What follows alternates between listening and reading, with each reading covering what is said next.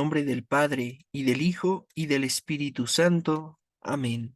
Muy buenos días, queridos hermanos. Tengan un excelente lunes. Es 10 de julio de 2023.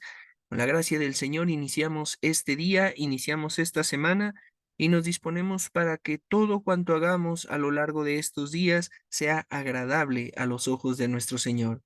Pidámosle a su Espíritu Santo para que no solamente nos ilumine en este momento que escucharemos su Evangelio, sino también en cada momento que tengamos que tomar decisiones, que siempre que ejerzamos nuestra voluntad libre, sea sometiéndonos a la voluntad de Dios.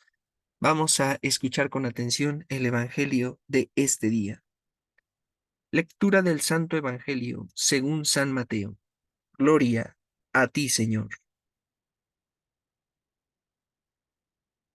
En aquel tiempo, mientras Jesús hablaba, se le acercó un jefe de la sinagoga, se postró ante él y le dijo: Señor, mi hija acaba de morir, pero ven tú a imponerle las manos y volverá a vivir. Jesús se levantó y lo siguió, acompañado de sus discípulos.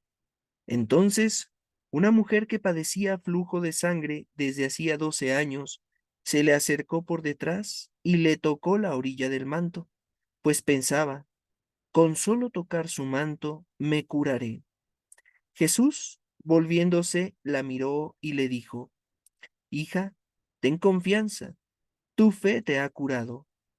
Y en aquel mismo instante quedó curada la mujer. Cuando llegó a la casa del jefe de la sinagoga, vio Jesús a los flautistas y el tumulto de la gente y les dijo: Retírense de aquí, la niña no está muerta, está dormida. Y todos se burlaron de él. En cuanto hicieron salir a la gente, entró Jesús, tomó a la niña de la mano y ésta se levantó. La noticia se difundió por toda aquella región. Palabra del Señor. Gloria a ti, Señor Jesús. A lo largo de la historia, la Iglesia ha llevado un peregrinar como finalmente el de cualquier otra institución formada por hombres, con altas, con bajas, con momentos de crisis, con momentos de incertidumbre. Podríamos incluso hablar de momentos de persecución, donde ni siquiera como tal se podría hablar de que existiera una iglesia en el sentido estricto de que estuviera bien organizada, bien estructurada, como lo vemos al día de hoy. También podríamos hablar de que ha habido momentos en los que la Iglesia tuvo un gran poder, incluso el Papa, allá en aquella época medieval, era el encargado de incluso nombrar a los reyes en determinadas naciones. En fin, ha habido un sinnúmero de, digamos, movimientos que se han ido dando en ese desarrollo de la Iglesia a nivel, aclaro, institucional. ¿Ah? No podemos negar que la Iglesia sea finalmente también una institución que tiene que estar, pues, bien estructurada, bien organizada.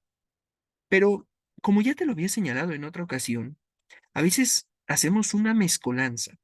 Y esto se da mucho, por ejemplo, con los ataques de nuestros hermanos separados, los protestantes, cuando al hablar de la Iglesia Católica, y recién dialogaba con uno, y me decía, si fuera la Iglesia Católica la verdadera, formada, fundada por Jesucristo, sus frutos serían buenos.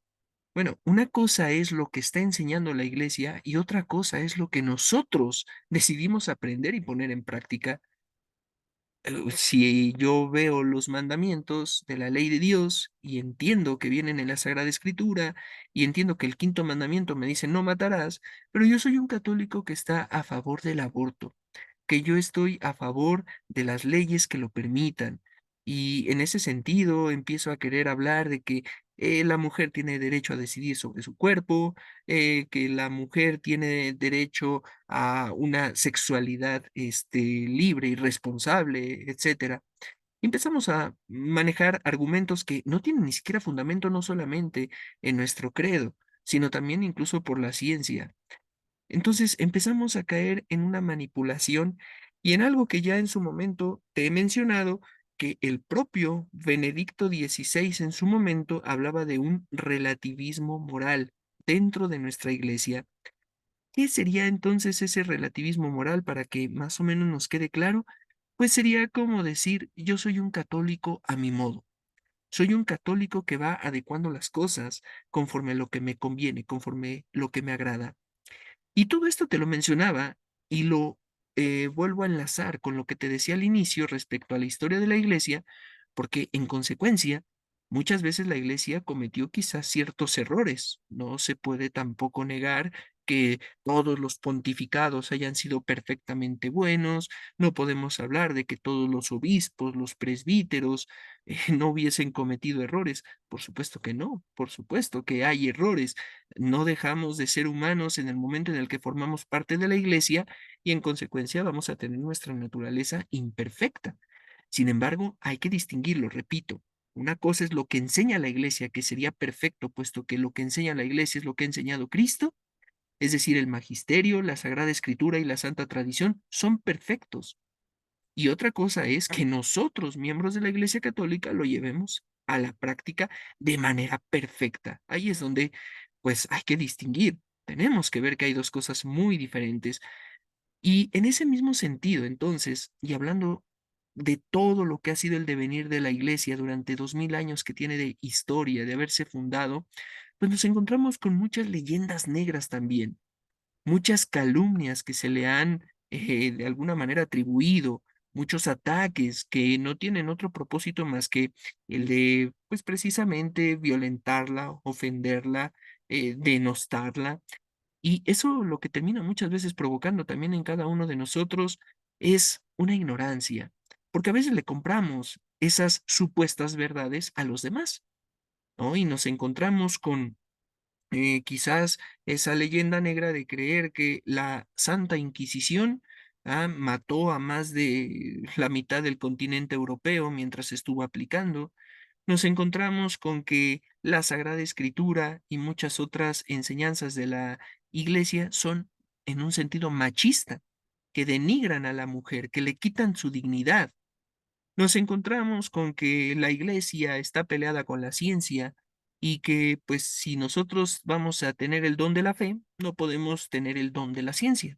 No podemos, de alguna manera, relacionarnos, ¿verdad? Si yo me considero una persona religiosa, no podría ser, por ejemplo, un científico.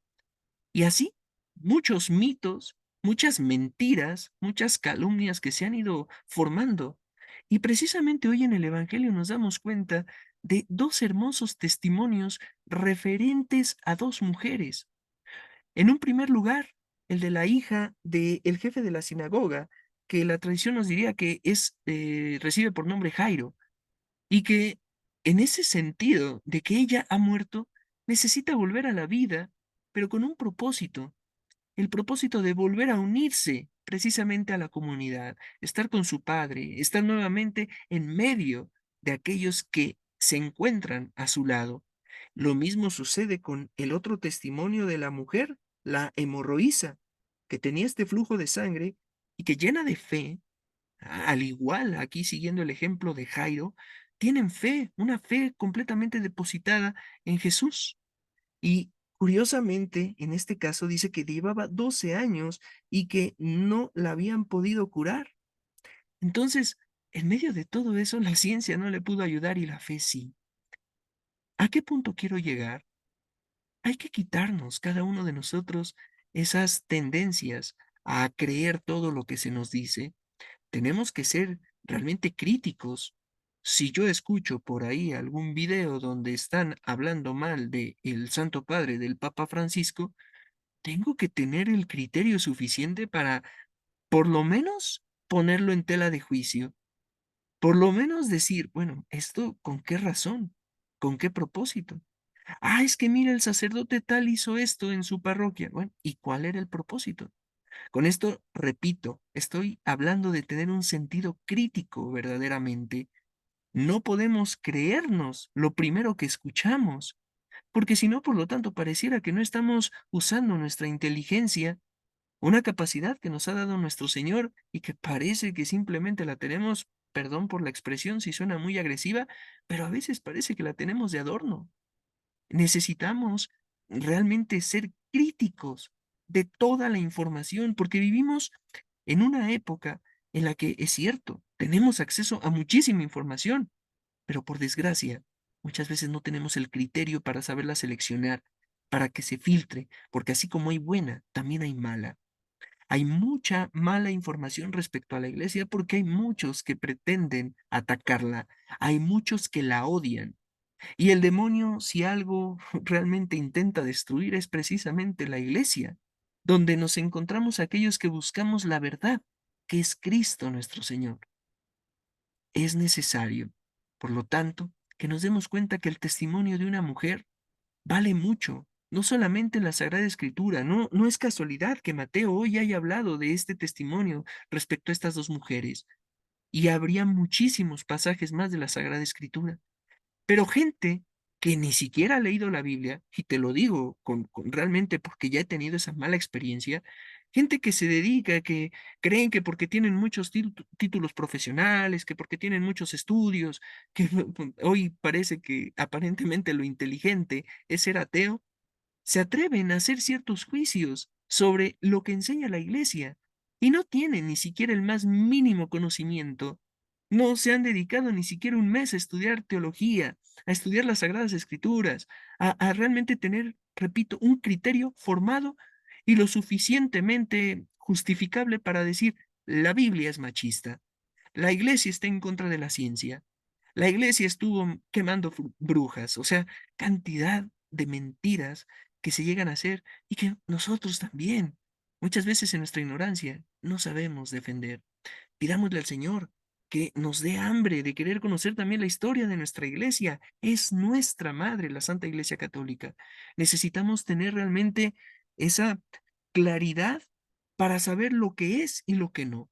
Nadie pretende tapar el sol con un solo dedo, pero es importante que cada uno de nosotros aprendamos a respetar nuestra iglesia, a conocerla, a amarla y por lo tanto, cuando llegue el debido momento, defenderla de lo que se le tiene que defender. No hay, repito, una necesidad de caer en la mentira, porque si no sería precisamente cometer el mismo error de aquellos que la atacan, pero sí darnos cuenta de que no es una iglesia machista.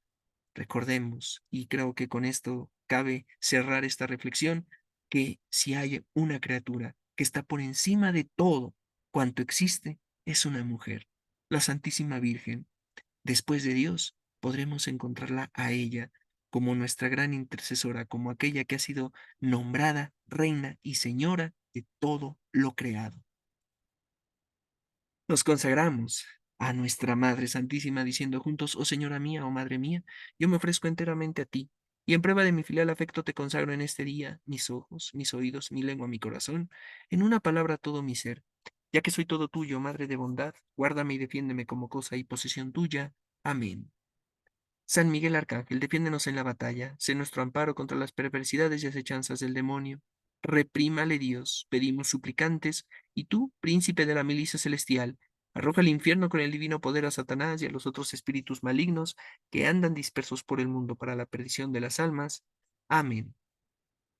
Ave María Purísima, sin pecado concebida, en el nombre del Padre, y del Hijo, y del Espíritu Santo. Amén.